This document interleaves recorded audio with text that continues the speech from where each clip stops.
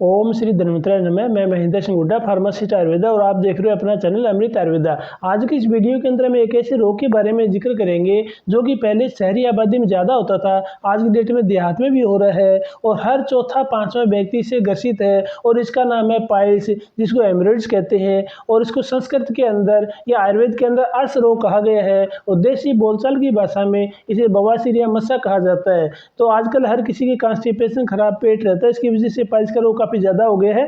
Piles जो होता है वो दो तरह का होता है, इंटरनल पाइल्स और एक्सटर्नल पाइल्स। एक पाइल्स जो अंदर होता है दिखता नहीं है और जो बाहर होता है वो एक्सटर्नल पाइल्स होता है। दोबारा फिर इसके दो और पार्ट बताए गए हैं। एक जो ब्लीडिंग पाइल्स होता है जिसके अंदर ब्लड आता है, खूनी बवासीर कहते हैं। दूसरा जो होता है नॉन ब्लीडिंग पाइल्स होता है, यानी कि जो बादी बवासीर होता है। और उसके बाद में इसका जो रूप जो बिगड़ जाता है, उसके बाद में जो 2 नंबर स्टेज होता है वो होता है फिशर यानी परिकर्तिका, जिसके अंदर जो मल द्वार के पास में कट लग जाता है। इसको एनोरेक्टल टीयर्स बोलते हैं। और मल त्याग के समय काफ़ी ज़्यादा दर्द होता है, जलन होता है, खुजली भी होती है। और एक इसका तीसरा विकृत रूप है, उसको बोलते हैं फिस्टुला यानी कि बगंदर। उसके अंदर मल द्वार से थोड़ा सा पहले एक साइड में जख्म हो जाता है और मल द्वार से नया आकर साइड से आने लग जाता है, उसके बगंदर कहते हैं। बगंदर एक बिगड़ी हुई अवस्था होती है और उसके अंदर पस भी होता है, मवाद के साथ साथ में उसमें ब्लड भी आता है और एक खराब कंडीशन होती है। तो सबसे पहले हम ये देखते हैं जो पाइल्स रोग होता है, बवासीर होता है, इसके आखिरकार कारण क्या है, क्यों होता है। तो आयुर्वेद के अंदर बताया गया कि बवासीर होने के बहुत ज़्यादा कारण है, पर मुख्य रूप से इसके 3 कारण होते हैं। पहला होता है कॉन्स्टिपेशन यानी कब्ज होना, पुरानी कब्ज होने से पाइल्स का रोग हो सकता है। और दूसरा होता है ओबेसिटी यानी कि मोटापा होना। और तीसरा जो है वो है हमारी सेडेंटरी लाइफस्टाइल यानी कि आराम मतलब की ज़िंदगी, जिसमें न कोई खाने का समय है न कोई जाने का समय है। हम किसी टाइम खा लेते हैं, ठीक से हमारे डाइजेशन प्रॉपर हो नहीं पाता है और पाइल्स रोग होने की संभावना बढ़ जाती है। खाना ठीक से नहीं खाने से, हम टीवी देख रहे हैं, खाना खा रहे हैं, इसलिए खा लिया कि समय हो गया, तो उससे हमारे पेट के अंदर बदहजमी, गैस बनना, ब्लोटिंग होना, अजीर्ण होना, विष्ठबद्धाजीर्ण होना, ये हो जाता है। और ये सारी कंडीशन होने के बाद में हमारा जो गट फ्लोरा होता है, छोटी आंत का जो एटमोस्फेयर होता है वो खराब होता है, वहाँ सड़ान पैदा होती है और जो खाना हमारा पचता नहीं बल्कि सड़ता है। और ये सड़न होने की वजह से और कब्ज होने की वजह से पाइल्स का रोग वहाँ पर हो जाता है। जिस हिसाब से हमारे शरीर के अंदर यदि बॉडी के अंदर कहीं भी इन्फेक्शन हो जाता है तो उस इन्फेक्शन को अलार्म के रूप में देने के लिए शरीर के अंदर टेम्परेचर पैदा होता है। उसी तरह यदि हमारे गट फ्लोरा के अंदर, छोटी आंत के अंदर, बड़ी आंत के अंदर किसी टाइप का इन्फेक्शन होता है, सड़न पैदा होती है, तो वहाँ मल द्वार के पास में खुजली होना, जलन होना एक अलार्म होता है, ये बताने के लिए कि आपका पाचन दुरुस्त नहीं है। जैसे कि हम सब लोग जानते हैं कि हमारी जो छोटी आंत है उसकी लंबाई 22 फीट होती है, बड़ी आंत जो होती है उसकी जो लंबाई है वो 5 फीट होती है। जो ये पाइल्स की प्रॉब्लम है, इनडाइजेशन की प्रॉब्लम है, ये छोटी आंत से शुरू हो जाती है। छोटी आंत से बड़ी आंत होते हुए, मल द्वार होते हुए, मलाशयम होते हुए वहाँ पर जलन होगी, खुजली होगी और बहुत ज़्यादा कॉन्स्टिपेशन होने से, पुरानी कब्ज होने से हार्ड स्टूल हो जाता है। तो मल द्वार के पास में रगड़ लगती है, छिलन होती है, तो वहाँ की जो नसें होती है, जो वेंस होती है, उन पर दबाव पड़ता है तो वो नसें फूल जाती है और वे मस्से के रूप में, अंकुर के रूप में बाहर निकलती है। इसी को हम पाइल्स बोलते हैं। अब हम ये देखते हैं जो पाइल्स होता है इसके मुख्य रूप से जो 3 कारण होते हैं, कॉन्स्टिपेशन है, ओबेसिटी है और हमारी आराम मतलब की ज़िंदगी है। तो हम ये देखें आखिरकार जो पाइल्स का मुख्य कारण है कॉन्स्टिपेशन है, कब्ज है। तो कब्ज हमारे शरीर के अंदर क्यों होता है, तो कब्ज के लिए बताया गया काफ़ी ज़्यादा कारण है, बट इसमें जो कब्ज होता है इसके 4 मुख्य कारण आयुर्वेद के अंदर बताए गए हैं। कब्ज के जो 4 कारण है उसमें जो पहला जो कारण है वो है बिना भूख लगे खाना, यानी कि ईटिंग विदाउट हंगर। तो यदि हमारे को भूख नहीं लगी है फिर भी हम खा लेते हैं, यदि हमारा समय हो गया है तो हम खा लेते हैं। ऐसा करने से हमारे आंत के अंदर वो खाना पचता नहीं है, खाना सड़ने लगता है और वहाँ पर अजीर्ण, विष्ठबद्धाजीर्ण, डाइजेशन खराब होता है और ये जो कब्ज है इसका मुख्य कारण बनता है। कब्ज होने का आयुर्वेद के अंदर जो दूसरा मुख्य कारण बताया गया है वो है विरुद्ध आहार, यानी कि रॉन्ग फूड कॉम्बिनेशंस, जो हमारा जो खाना है उसका जो कॉम्बिनेशन ठीक नहीं होता है तो पेट के अंदर जो बदबू होती है, सड़ांध होती है और कब्ज पैदा होती है। तो हमारे जो खाने के अंदर हम कई बार क्या करते हैं, स्टार्च भी ले रहे हैं, प्रोटीन भी ले रहे हैं, कार्बोहाइड्रेट ले रहे हैं, तो ये चीज़ें एक साथ ही पाचन नहीं होती है। जो चीज़ें 6 घंटे पाचन होनी होती है वो 10 घंटे लगेंगे, जो 12 घंटे पाचन होनी होती है वो 24 घंटे लगेंगे। और बहुत से हमारा जो कॉम्बिनेशन है खाने का वो थोड़ा गलत रहता है। जैसे हम खीर ले रहे हैं, उसके बाद में दही ले लिया, और हम दूध ले रहे हैं उसके साथ में खट्टे फल ले लिया, हम गर्म खाना खा रहे हैं उसके बाद में ठंडा तरबूज खा लिया, गर्म खाना खाने के बाद में हमने ठंडे आम खा लिए हैं, उड़द की दाल है और हम दूध के साथ में ले रहे हैं। तो ये जो विरुद्ध आहार है ये हमारे जो गट फ्लोरा है, आंत का जो एटमॉस्फेयर उसको खराब करता है और कॉन्स्टिपेशन का कारण बनता है। कब्ज होने का तीसरा कारण आयुर्वेद में जो बताया गया है वो है कि मैदा और मैदे से बनी पदार्थों को ज़्यादा से ज़्यादा मात्रा में सेवन करना, जैसे ब्रेड है, पेस्ट्रीज है और जो प्रोसेस्ड फूड है, इनको बहुत ज़्यादा खाने से हमारे शरीर के अंदर इसमें गैस बनती है, ब्लोटिंग होती है, पेट में अफारा रहता है और वहाँ पर कब्ज पैदा होती है। और आयुर्वेद में बताया गया कि कब्ज होने का जो चौथा मुख्य कारण है वो है कि कम फाइबर युक्त चीज़ों का हम जो सेवन करते हैं उससे हमारे कब्ज होने का कारण बनता है। जो फाइबर जो होता है हमारे पेट के अंदर हमारी आंतों के अंदर झाड़ू का काम करता है, सफाई का काम करता है। यदि हम कम फाइबर वाली चीज़ें लेती है तो वो काफ़ी समय तक आंतों में पड़ी रहती है, उनका डाइजेशन नहीं होता है और वो कब्ज का कारण बनती है।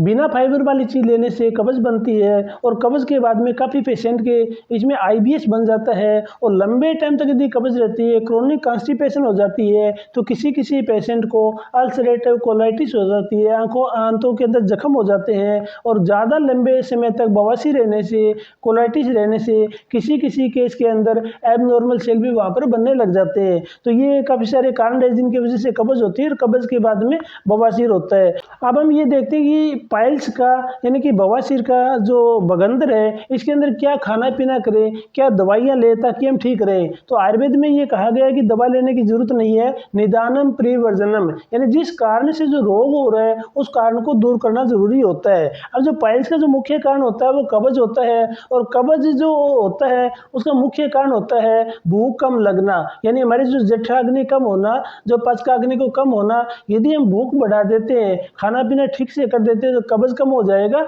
और हमारा पाइल्स भी ठीक हो जाएगा। फिर भी आयुर्वेद के अंदर बताया गया है कि इसमें दवाई के लिए सबसे पहले आपकी किचन में कोई चीज़ मौजूद हो उसको लेना चाहिए। तो नंबर 1 पर इसमें ये है कि आपके किचन के अंदर यदि सौंफ रखी हो तो 100 ग्राम सौंफ लेकर तवे पर अच्छी तरह आप गर्म कर लो। उसको इतना गर्म करना है कि उसका थोड़ा सा कलर चेंज हो जाए, जलाना नहीं है, और उसको अच्छी तरह पीस कर छान कर डिब्बे में संग्रहित कर लो।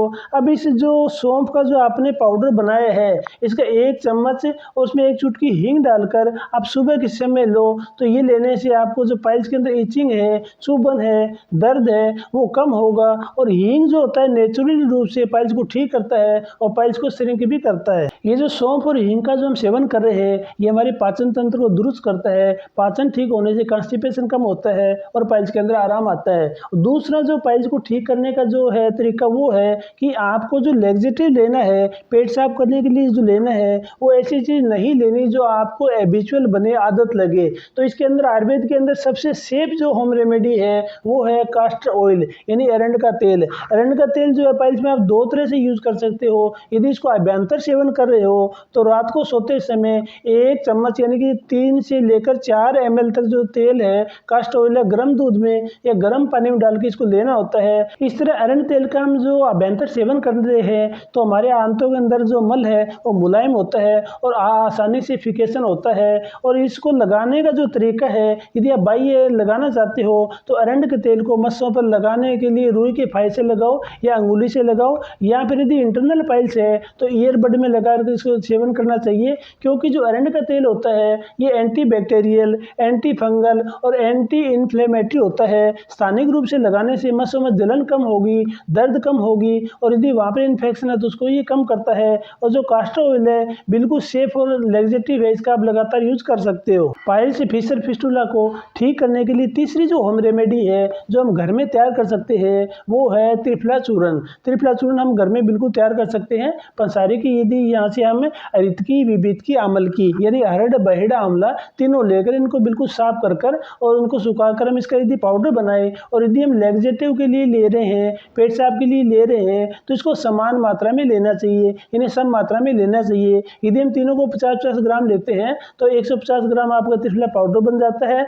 और त्रिफला पाउडर आयुर्वेद के अंदर पेट साफ के लिए, कब्ज के लिए बिल्कुल सेफ होम रेमेडी है। आप इसका लगातार सेवन कर सकते हो और जो क्रोनिक कॉन्स्टिपेशन होता है उसमें बहुत अच्छा कार्य करता है। और उसके साथ साथ में त्रिफला के अंदर एस्ट्रोजन प्रॉपर्टीज होती है, यानी कि नसों के अंदर कसाव करता है, तो ब्लीडिंग भी कम हो जाती है और कॉन्स्टिपेशन भी ठीक हो जाती है। इसको लगातार सेवन करने से पाइल्स में आराम मिलता है। पाइल्स और फिशर के अंदर चौथा जो होम रेमेडी है, जो आप उपाय कर सकते हो, वो है नमक से सिकाई करना। यदि लगातार पाइल्स रहने से, फिशर रहने से लंबे टाइम तक है तो हमारा पेट भरा भरा रहता है, फूला रहता है, पेट टाइट रहता है। उस कंडीशन के अंदर यदि नमक से सिकाई की जाए तो इसे बहुत अच्छा आराम मिलता है। इसमें करना क्या है कि 200 से 250 ग्राम जो नमक है उसको तवे पे गर्म कर लेते हैं, हल्का गर्म करते हैं और एक सूती कपड़ा लेकर उसकी पोटली बना लेते हैं। उस पोटली से पेट के ऊपर एक शीट रखकर और जहाँ जहाँ आंतों में आपको रूखापन दिखे तो उसकी सिकाई करनी है। जहाँ जहाँ ठोस प्रतीत होता हो, जहाँ दर्द होता हो, वह सिकाई करनी है। और ये नमक से लगातार सिकाई करने से आंतों के अंदर थोड़ी मुलायम होता है और आपका मल त्याग करने में आसानी रहता है। पाइल से बचाव के लिए अगला जो उपाय है, 5वां उपाय है, वो आयुर्वेद में बताया गया है अवगाहन। अवगाहन यानी कि सिट बात लेना, किसी टब के अंदर बैठना। इसके लिए क्या करते हैं कि यदि आपके आसपास में नीम की निमोली हो, बकाइन की निमोली हो, इनको संग्रहित करके पाउडर बना लो। और यदि आपको रसौंत मिले तो उसका पाउडर बना लो। रसौंत यदि नहीं मिले तो दारू अदरक का पानी लेकर इसको आप घर में बना सकते हो। इन तीनों का 50-50 ग्राम चूर्ण बनाकर डिब्बे के अंदर भर के रख लो। और उस चूर्ण के अंदर यदि आपके घर के अंदर फिटकरी हो तो वो भी 5 ग्राम पीस कर आप डाल दो।